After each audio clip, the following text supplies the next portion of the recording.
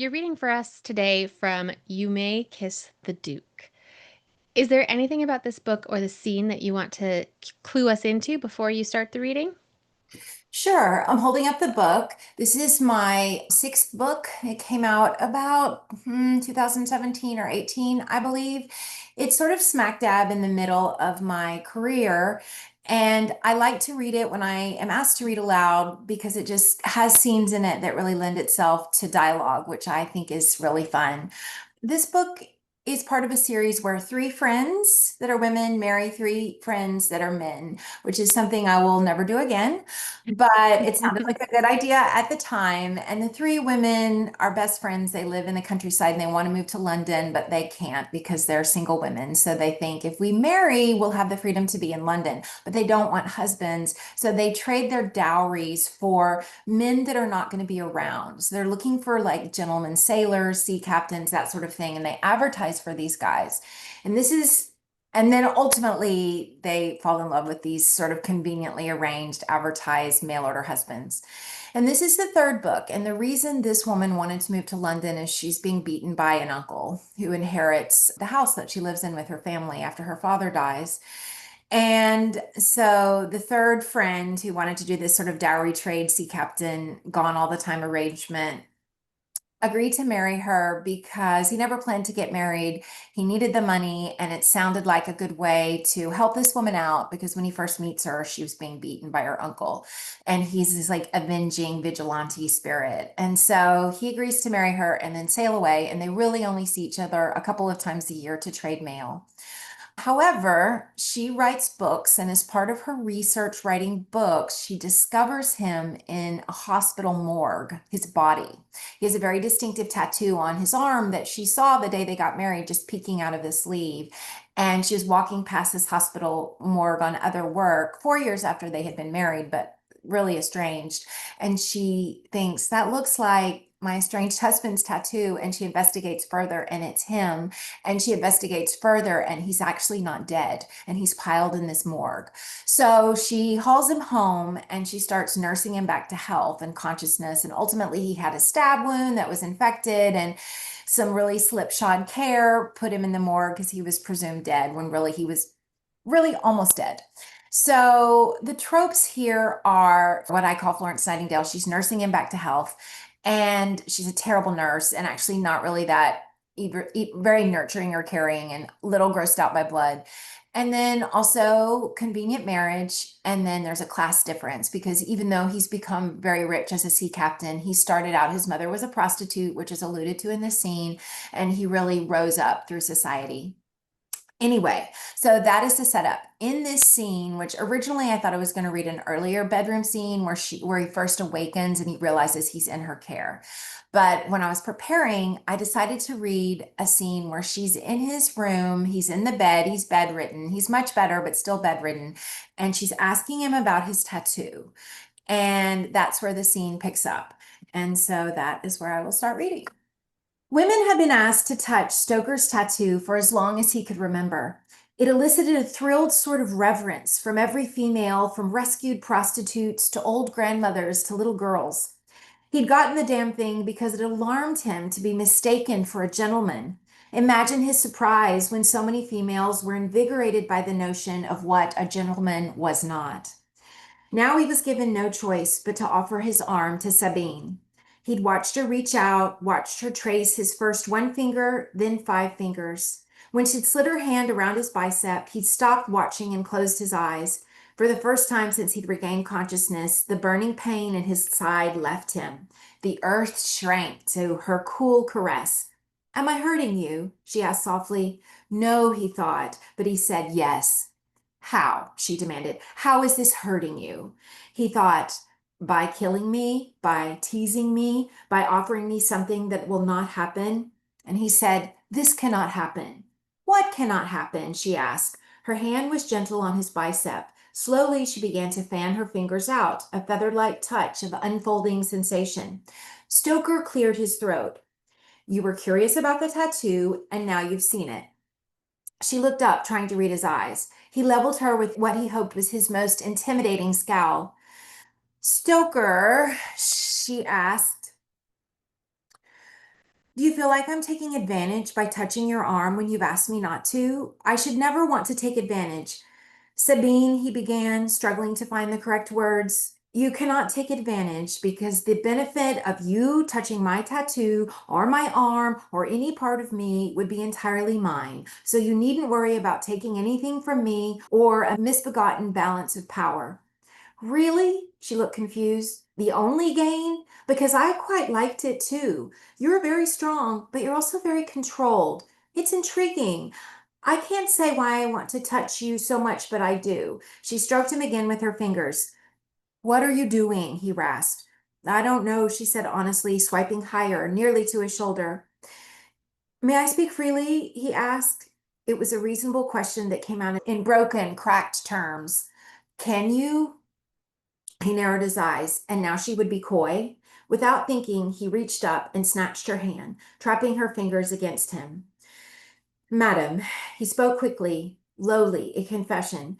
Forgive me if I'm making assumptions or misread your intent, but the touch of your hand and the look on your face do not feel curious or clinical or friendly. Do you know how it feels?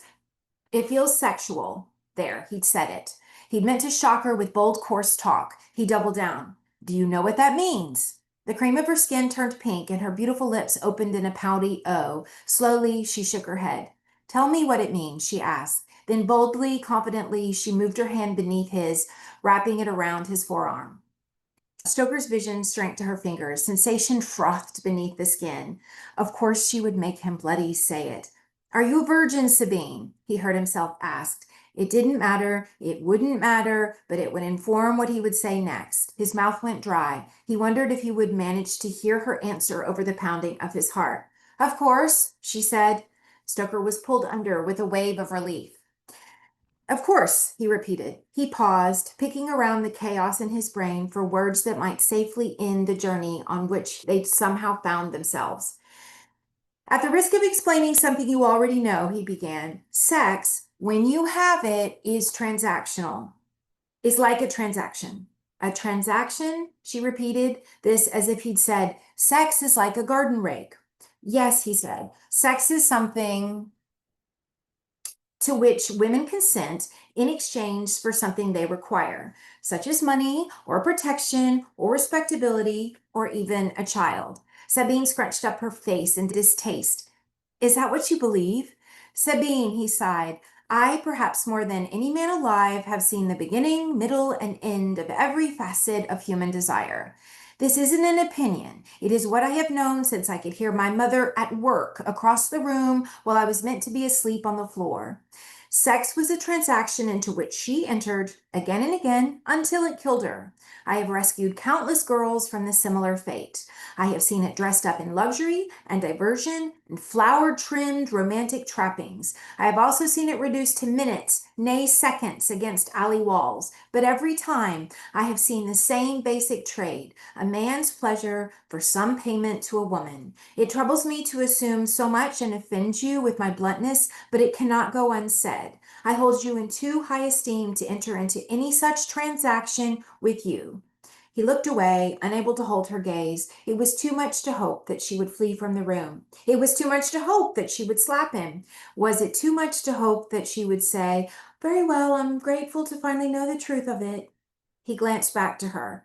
Yes, it was too much. She was staring at him if he had just explained that Sunday would not follow Saturday. But are you certain that everyone views relations in this manner? She asked. He ran a hand through his hair and scratched the back of his neck. And now she would have forced him to elaborate. And now they must debate the topic. Sex, he lectured patiently, is viewed in every possible light, I'm sure, but few people have seen what I have seen. As much as I am loath to admit it, I really am somewhat of an expert. An expert on sex, an expert on the motivations and ramifications of sex. She snorted and looked at the ceiling, thinking this over. Stoker tried to watch her, but her pensive expression, so stark in profile, was too beautiful and he looked away. After a moment, she said, and what of your business partners, Casson and Joseph Chance? I beg your pardon? One cannot help wonder about the Earl of Cassin and his Countess, my friend Willow, or what of Joseph and my friend Tessa. Willow and Tessa have been quite open with me, and they reported nothing transactional about sex with their husbands. Stoker sighed. I have not discussed it with Cassin or Joseph, but I have no doubt they have managed it with decorum and respect and made the effort very worth it for their wives. Now her expression was even more confused. This is nothing like they described it to me. I don't like to speculate on the relations of others, he said. She stared at him. He could see the wheels turning in her head, but she did not seem embarrassed, and she did not seem chastened or threatened.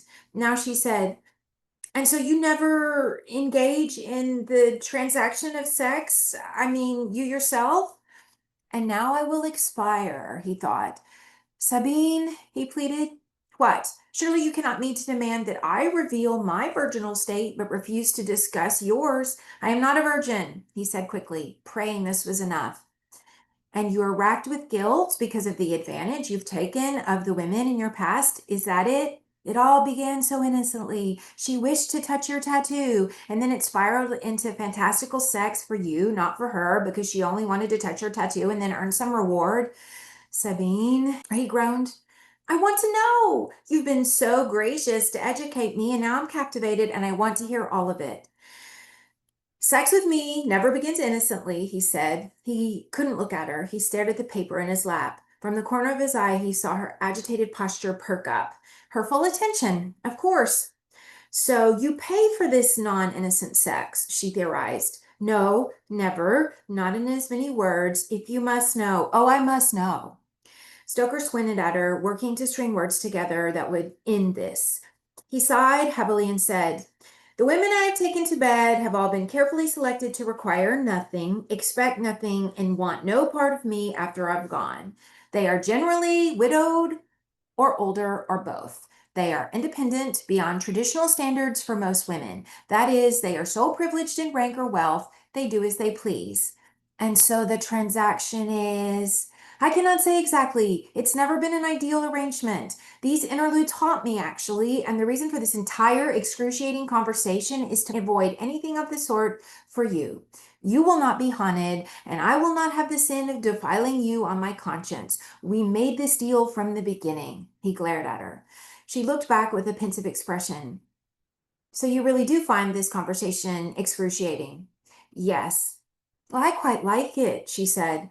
Although one thing is unclear. How does my touching your arm have anything to do with sex? She accompanied this question with a flutter of her cool fingers on his skin.